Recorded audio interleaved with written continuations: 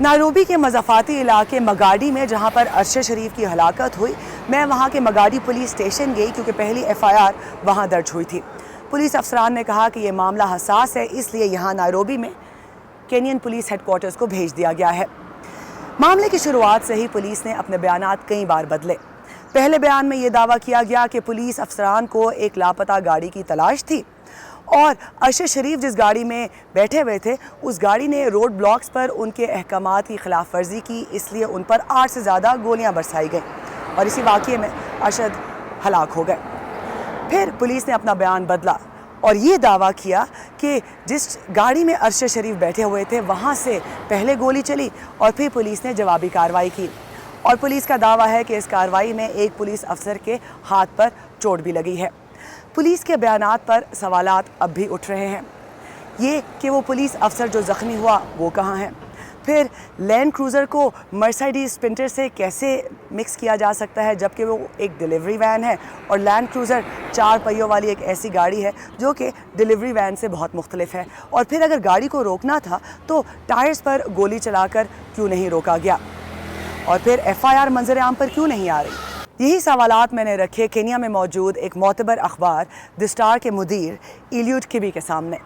وہ رپورٹ جو ابتدا میں عام کی گئی تھی اس کے بارے میں پہلے ہی کئی سوال ہیں کہ اس رپورٹ کی تیاری کا عمل کیسے انجام دیا گیا اور وہ کس حد تک نتیجہ خیز ثابت ہوا، کیونکہ یہاں کینیا میں ماورائے عدالت قتل گمشدگی کے واقعات ہوتے رہتے ہیں اور ایسے پولیس افسران موجود ہیں جن پر حقیقتاً ایسے جرائم کے الزامات عائد کیے جاتے ہیں،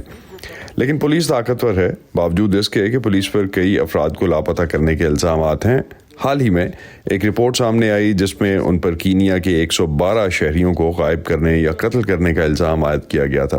اور یہ خاصی بڑی تعداد ہے۔ کینیا کی نئی حکومت تبدیلیاں لانے کی کوشش کر رہی ہے۔ کینیا کی پولیس میں ایسی اسکواڈز ہیں جنہیں قاتل دستہ کہا جاتا ہے۔ اس سے ظاہر ہوتا ہے کہ پولیس کے اندر بھی مسائل ہیں۔ کیا پولیس کینیا میں اور خصوصاً یہ اسپیشل فورسز قانون سے بالا تر ہیں، کیونکہ ماورائے عدالت کارروائیاں تو ان کے خلاف کارروائیاں ہونے کے باوجود بھی ہو رہی ہیں؟ ملک میں کوئی بھی قانون سے بالا تر نہیں ہے۔ جن کیسز کا آپ حوالہ دے رہی ہیں وہ قانون سے مستثنا سمجھے جاتے ہیں، اور اگر اس استثناء کو نظر انداز کر دیا جائے تو یہ حکومت کے بارے میں بہت کچھ بتاتا ہے۔ اسی لیے ہم نے یہاں نئی انتظامیہ کو آتے ہوئے اور کارروائی کرتے ہوئے دیکھا ہے، کیونکہ واقعی ان میں سے کچھ واقعات تو ایسے ہیں جو حکومت کی لا علمی کے بغیر نہیں ہو سکتے تھے، اور واقعی صدر سمیت کوئی بھی شخص قانون سے بالا تر تو نہیں ہے، اور یہی کچھ ہم نے دیکھا ہے۔ لیکن جو مقدمات عدالت میں چل رہے ہیں، جیسے کہ 3 پولیس افسران کو، ایک وکیل، اس کے کلائنٹ اور ڈرائیور کو قتل کرنے کے جرم میں سزا سنائی گئی ہے، یہ عدالتی فیصلہ بتاتا ہے کہ کوئی بھی قانون سے بالا تر نہیں ہے۔ کئی دہائیوں سے کینیا میں یہ کیسز کھلے عام ہو رہے ہیں، اور یہ پہلی مرتبہ ہے کہ کسی وزیر اعظم نے اقتدار میں آنے کے بعد، جو ابھی آئے ہیں ولیم روٹو، انہوں نے پولیس کے ہاتھوں ان زیادتیوں کی بات کی ہے۔ ایک اسپیشل یونٹ کو انہوں نے بند بھی کیا ہے، مگر کیا واقعی کینیا کے پاس یہ سیاسی عزم اور طاقت ہے کہ وہ ان تمام فورسز اور یہ جو 4 یونٹ ہیں پولیس کے اندر جو آتے ہیں اسپیشل فورسز، ان سے نمٹ سکیں، انہیں کنٹرول کر سکیں؟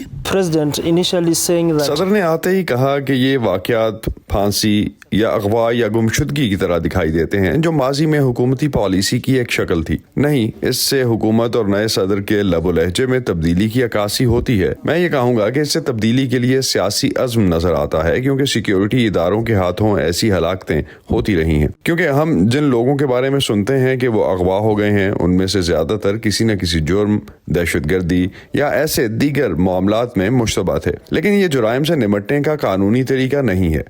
ہمارا عدالتی نظام متحرک ہے۔ اس کے لیے اگر کینیا کی حکومت واقعی تبدیلی لانے کے لیے پرعزم ہے